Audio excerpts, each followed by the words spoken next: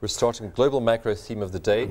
You have chosen Italy, Spain credit rating agencies. I don't think anybody listens to those rating agencies anymore. But after what they said on Friday about Spain and Italy and Greece and all the others, it looks like markets back in decline. Yeah, and I mean, I can't wait not to be talking about these issues. But, you know, they are ongoing. They are aggravating because, you know, it leads to uncertainty. And as we know, it kind of spreads contagion-wise to the banks and the insurers in these major markets. But, you know, I keep saying this, and I still believe it very, very firmly, and that is that in the end, we're going to wriggle our way in and around and out of these issues. So, you know, my colleague Sasha Narushkin is very fond of saying, oh, well, the Greeks have defaulted, you know, 7 times in the last 300 years. But what's different about now and then is that the Greeks are still bad at collecting taxes and they're still spending too much, it seems. But now they're part of the club. They're part of the European Union. They owe everybody a lot of money. So, you know, they've got to that point where you are a major player in the financial scene and it's more trouble to let you go down than it is to work some way of keeping you afloat. So I still very strongly believe, given the interlinkages in the system, that, you know, they're going to work out some way, even if Dominic Strauss-Kahn isn't around to lead the process, whereby this thing kind of gets worked out. I mean, I was in Spain at the end of last year. I know everybody says, oh, well, Spain's going there next, but that's a rich country with, you know, lots and lots of strong things going for it. It's got an unemployment issue, but I definitely don't see that one falling by the wayside. Although I will concede, I saw a prominent Irish banking family over the weekend, and they were saying that they thought I was the most optimistic person about Ireland at the moment that they'd come across in 6 months. So maybe I'm just deluding myself. So are things so bad that they've actually come over here now, Paul? Well, this is a guy who's head of one of the major, you know, investment banks here, who is Irish. And I was talking to his wife and saying, well, look, you know, I think one should buy Irish bonds at the moment. She said, why? You know, why would you want to be doing that?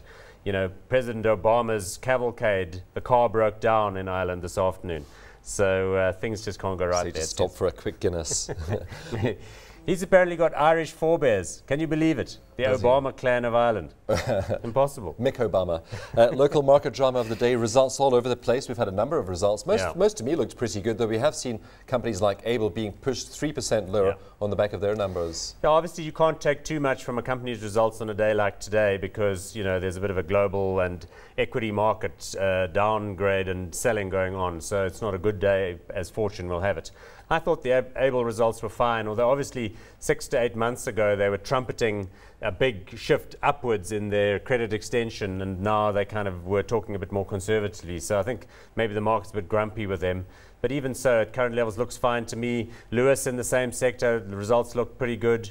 You know, so all things being equal, I don't think you could take too much fault with the corporate results we're seeing, and on balance companies seem to be doing relatively well. Pioneer Fitch coming out pretty well despite all of its tribulations with the Competition Commission. And keeping sales up, so a little bit of pressure on the top line. But again, you know, if you like that one, I wouldn't be using today's news as a reason to be getting out of them. Well, let's see if we can get one of those with your random stock of the day. Exactly, I'm glad you pointed that out. So now the idea is you take the dart.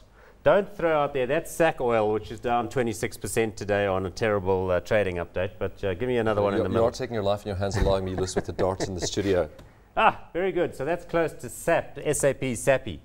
Good job. And what do we have to say about Sappi? Because we had some numbers out of them, and market not liking those very much either. Nobody likes Sappi, and nobody has liked Sappi for ages, and I'm afraid I don't like them either. You know, they're a big player in the coated, wood-free environment, but my own take is that in 10 years' time, there are going to be fewer glossy magazines, companies not printing their annual report on that stuff. So the global economy is growing, and there's a bit of an overcapacity in that stuff. I mean, paper and packaging just seems to me like one of yesterday's industries, but I guess there's a price for everything. So at the current level, what's it between? And yet, Mondi's share price has been doing quite well, and that is a big competitor to Sappi. Yeah, but remember Mondi, and they'll point this out whenever they can, has got plants and forests in developing countries rather than the developed world.